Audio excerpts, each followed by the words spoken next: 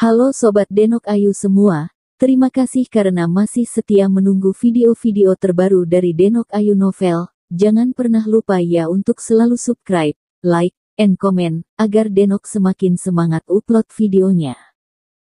Insiden ini menjadi pegangan yang kuat baginya untuk membatasi organisasi XS. Dia bisa dengan cara ini, Cat Tua menjanjikan banyak hal kepadanya, sehingga mempromosikan perkembangan lebih lanjut dari Asosiasi Medis Amerika. Lin Yu tersenyum tipis padanya dan berkata, mereka berdua tidak hanya menyakitiku, tapi juga kamu. Kamu secara alami memiliki hak untuk berurusan dengan mereka.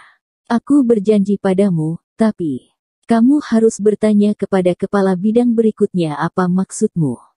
Aku tidak punya masalah, tidak masalah. Bagaimana kalian berdua ingin menghadapi dua bajingan ini, lakukan saja dengan dua bajingan ini. Lagi pula, kalian adalah korbannya.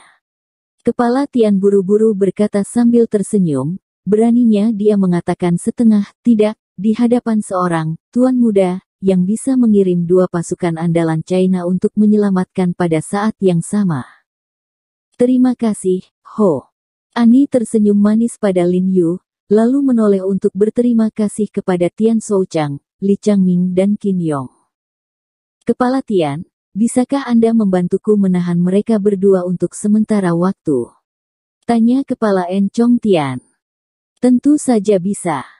Kepala Tian mengangguk dan berkata dengan sungguh-sungguh kepada Fan Yan, kunci mereka berdua di kandang anjing di belakang tempat latihan, perhatikan baik-baik. Karena keduanya berani menyakiti Lin Yu dan Ani, Kepala Tian memutuskan untuk mencobanya. Iya. Fan Yan setuju dan meminta orang untuk menangkap pria ras campuran dan Cat. Nah, karena orang-orang baik-baik saja, maka kita akan kembali. Qin Yong melirik Lin Yu, lalu mendukung senjatanya dan berbalik untuk pergi.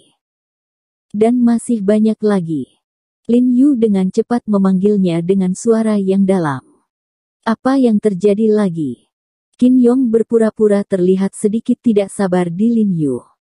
Karena kamu di sini, kamu tidak bisa membiarkan kamu lari tanpa hasil.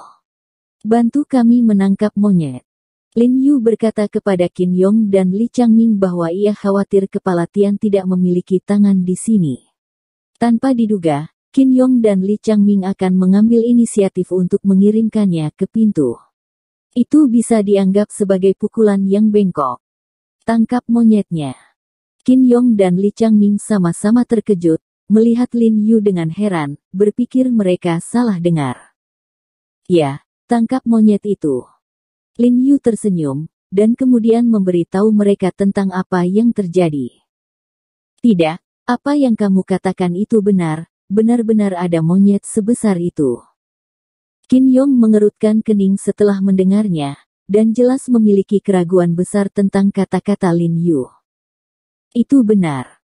Lin Yu mengangguk, menatap orang-orang di belakang Qin Yong dan Li Changming, dan berkata dengan sungguh-sungguh, ini sangat fleksibel, dan hanya mungkin untuk menangkapnya jika kita dikepung. Monyet itu terkena virus. Li Changming bertanya-tanya, apakah semua orang yang terinfeksi virus ini diselamatkan dengan tertular? Benar. Lin Yu mengangguk penuh semangat, dan dengan sungguh-sungguh berkata, virus pada monyet lain tidak bermutasi secepat virus di dalamnya. Hanya dengan menangkapnya, orang-orang sakit ini dapat diselamatkan. Lin Yu berkata dengan suara yang dalam, dan saat berbicara, wajah lemah Ye Qingmei muncul di depannya. Aku tidak tahu apa yang dilakukan kakak perempuan itu saat ini, dia tidak sabar untuk mengembangkan serum antivirus dan mengambilnya kembali. Yah, karena ini masalah untuk kepentingan rakyat, Brigade Duri Gelap kita bersedia untuk tinggal, sebentar lagi aku akan meminta petunjuk di atas, aku yakin hal di atas pasti akan setuju. Li Changming segera berkata dengan keras, lalu melirik Qin Yong yang berada di samping, dan mendengus dingin. Adapun beberapa kura-kura berdarah dingin dengan kepala menciut, lepaskan jika kamu ingin pergi. Siapa yang kau tegur? Kapan Lao Su bilang dia akan pergi? Karena ini tentang keselamatan rakyat, tentu saja kita harus tinggal. Jangan mengira kau satu-satunya dengan semangat tinggi. Qin Yong mendengus dingin, lalu berbalik dan meminta instruksi. Melihat hal ini, Li Changming buru-buru mengeluarkan ponselnya dan meminta petunjuk pada atasannya. Lagi pula dalam identitas mereka masih tidak bisa langsung menghubungi Admiral Pei. Chief Tian, tolong gunakan teleponmu untukku. Setelah melihat ini, Lin Yu buru-buru meminjam ponselnya dari kepala Tian, dan ingin menggunakan kesempatan itu untuk menelepon Jiang Yan. Ayo. Kepala Tian buru-buru mengeluarkan telepon dan menyerahkannya pada Lin Yu. Lin Yu mengambilnya dan berlari ke samping, dan tidak sabar untuk menghubungi nomor Jiang Yan. Jiang Yan sedang duduk di bangku di koridor rumah sakit bersama He Qingwu dan Li Qianying. Dia dan Li Qianying sedang duduk di pintu bangsal, sementara He Qingwu duduk di seberang mereka, bersandar ke dinding, menghadap seperti Han Bing. Meskipun semua orang terlihat lelah, tidak ada yang mengantuk, hanya Zhao Zongji, yang duduk di kejauhan, tidak bisa membantu tetapi sedikit mendengkur. Pada saat ini, tiba-tiba ada dering ponsel, Jiang Yan gemetar, dan dia mendengar bahwa itu adalah ponselnya, dan dengan cepat mengeluarkan ponsel dari tasnya. Melihat itu adalah nomor yang tidak dikenal, dia mengerutkan kening. Dia telah melihat ponsel semacam ini dan mengetahuinya. Sudah larut malam, kebanyakan dari mereka mengganggu panggilan, dan dia harus menekannya, tetapi saat dia menggesekkan jarinya, dia tiba-tiba ragu. Bagaimana jika Jiarong menelepon? Meskipun kemungkinan ini hanya satu di antara puluhan ribu, dia tetap ingin mencoba.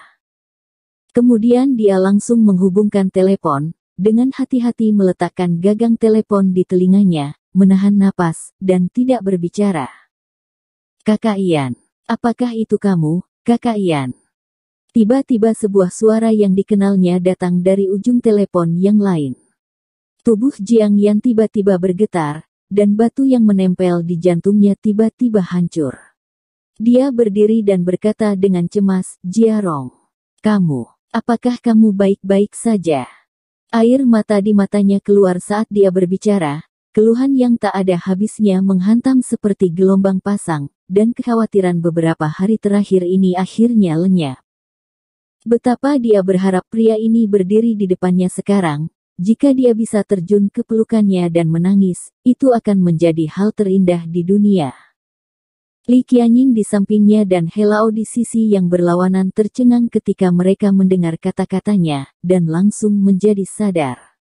Dia bangkit bersama, dan dia meraih kruknya dan memberi isyarat untuk berjalan ke Jiang Yan. Tetapi karena dia sudah lama duduk, kakinya menjadi kaku, kakinya empuk, dan dia jatuh tajam ke tanah. Bu Cheng yang berlawanan memiliki mata dan tangan, dan lari cepat ke arahnya dan mendukungnya. Dia tidak jatuh ke tanah. Dia buru-buru mengangguk dan berterima kasih padanya, lalu berjalan ke Jiang Yan dengan dukungan Bu Cheng. Di depan. Tidak apa-apa, Sister Yan, aku tidak ada hubungannya, tidak apa-apa. Mata Lin Yu di ujung telepon tidak bisa membantu tetapi merasa panas. Mengapa dia tidak takut bahwa dia tidak akan pernah melihat Jiang Yan lagi? Dia sepertinya mendengar kepanikan dalam nada Jiang Yan, dan dia buru-buru menghibur.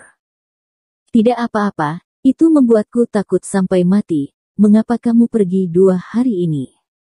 Jiang Yan mencoba yang terbaik untuk mengendalikan emosi dan suaranya, tidak ingin Lin Yu di sana mendengar sesuatu yang aneh, dan tidak ingin dia khawatir. Apa yang bisa kamu lakukan? Tentu saja aku pergi mencari inang virusnya. Hanya saja teleponnya tidak sengaja terputus, jadi aku belum menghubungimu, kamu. Jangan marah padaku. Untuk mencegah Jiang Yan khawatir, Lin Yu menyembunyikan fakta dan berbohong. Jiang Yan benar-benar menghela nafas lega ketika dia mendengar ini. Dia pikir Lin Yu telah mengalami bahaya dalam beberapa hari terakhir. Karena tidak apa-apa, dia tidak akan menyalahkannya. Bagaimanapun, dia bisa menebak bahaya di pegunungan. Wajar jika ponsel rusak, selama orang tersebut baik-baik saja. He Qingwu dan Li Qianying di samping juga samar-samar mendengar kata-kata Lin Yu, dan mengetahui bahwa Lin Yu baik-baik saja, keduanya tenang, dan segera diikuti dengan nafas panjang. Bagaimana masalahnya? Apakah inang dari virus itu telah ditemukan? Hati Jiang Yan juga dilepaskan. Dia segera memikirkan bisnisnya, dan bertanya dengan penuh semangat, situasi Sister King Mei agak tidak baik. Hari ini saya selalu batuk darah. Batuk darah. Hati Lin Yu tiba-tiba menegang ketika mendengar kata-kata itu, dia ragu-ragu sejenak, lalu kembali ke akal sehatnya, dan buru-buru berkata, host virus telah ditemukan. Besok saya akan membawa orang ke gunung untuk menangkapnya. Selama saya menangkapnya, itu akan segera terjadi. Serum antivirus dapat diproduksi, dan paling lama dalam 3 atau 4 hari, saya dapat kembali. Lin Yu mencoba yang terbaik untuk menenangkan nadanya, tetapi tangannya sedikit gemetar. Kata-kata Jiang Yan seperti melempar batu ke dalam hatinya yang awalnya tenang dan seperti air, menyebabkan riak besar. Dia paling khawatir. Bagaimanapun, banyak hal terjadi, begitu gejala hemoptisis muncul, kondisinya telah berkembang ke tahap yang sangat serius. Saya harus mengatakan bahwa virus mutasi yang terinfeksi oleh Ye Qingmei memang parah. Orang lain telah mengalami gejala ini dalam lebih dari 20 atau bahkan 30 hari, dan dia, dalam waktu kurang dari 10 hari, benar-benar mengembangkan penyakit tersebut. Gelar yang sangat serius. Jangan khawatir, aku akan menjaga Suster King Mei. Denganku di sisinya, tidak akan terjadi apa-apa. Jiang Yan juga tahu bahwa kata-katanya berdampak pada hati Lin Yu, dan buru-buru menenangkannya. Segera setelah dia selesai berbicara, perawat kecil yang memasuki bangsal untuk mengganti handuk Ye Qingmei tiba-tiba berlari dengan panik, dan berkata dengan cemas, Dokter Jiang, ini tidak baik, pasien mulai batuk darah lagi, kali ini lebih serius. Apa? Wajah Jiang Yan tiba-tiba memutih, meraih telepon dan bergegas ke bangsal dengan cepat, bahkan sebelum dia sempat mengenakan pakaian pelindung.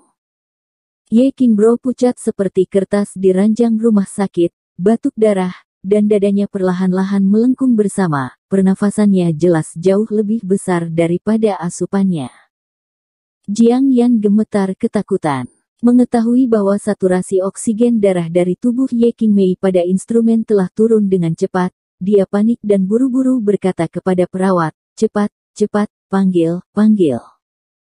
Sesuai dengan kebiasaannya, dia ingin perawat memanggil dokter jaga tingkat yang lebih tinggi seperti direktur atau dekan, tetapi dia tiba-tiba menyadari bahwa virus ini tidak berguna oleh siapapun. Dia tiba-tiba teringat ponsel di tangannya, tiba-tiba mengangkat tangannya, dan Lin Yu di ujung telepon berkata dengan cemas, Jiarong, Qingmei telah batuk darah dan kesulitan bernapas, apa yang harus saya lakukan? Saudari Yan, dengarkan aku, jangan khawatir. Jelaskan gejala kakak senior dengan hati-hati kepadaku. Lin Yu buru-buru berkata di ujung telepon. Jiang Yan dengan cepat menggambarkan situasi spesifik Ye Qingmei kepada Lin Yu dengan hati-hati. Hati Lin Yu bergetar saat mendengar ini. Dia hanya merasa hitam di depan matanya, terhuyung, dan hampir pingsan.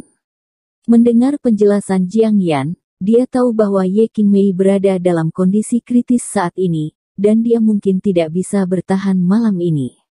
Naik. Tapi dia ribuan mil jauhnya. Sangat sedih, tapi tidak berdaya. Bersambung. Terima kasih sahabat Denok yang sudah mendengarkan video ini. Jangan lupa like, comment, and subscribe ya. Terima kasih.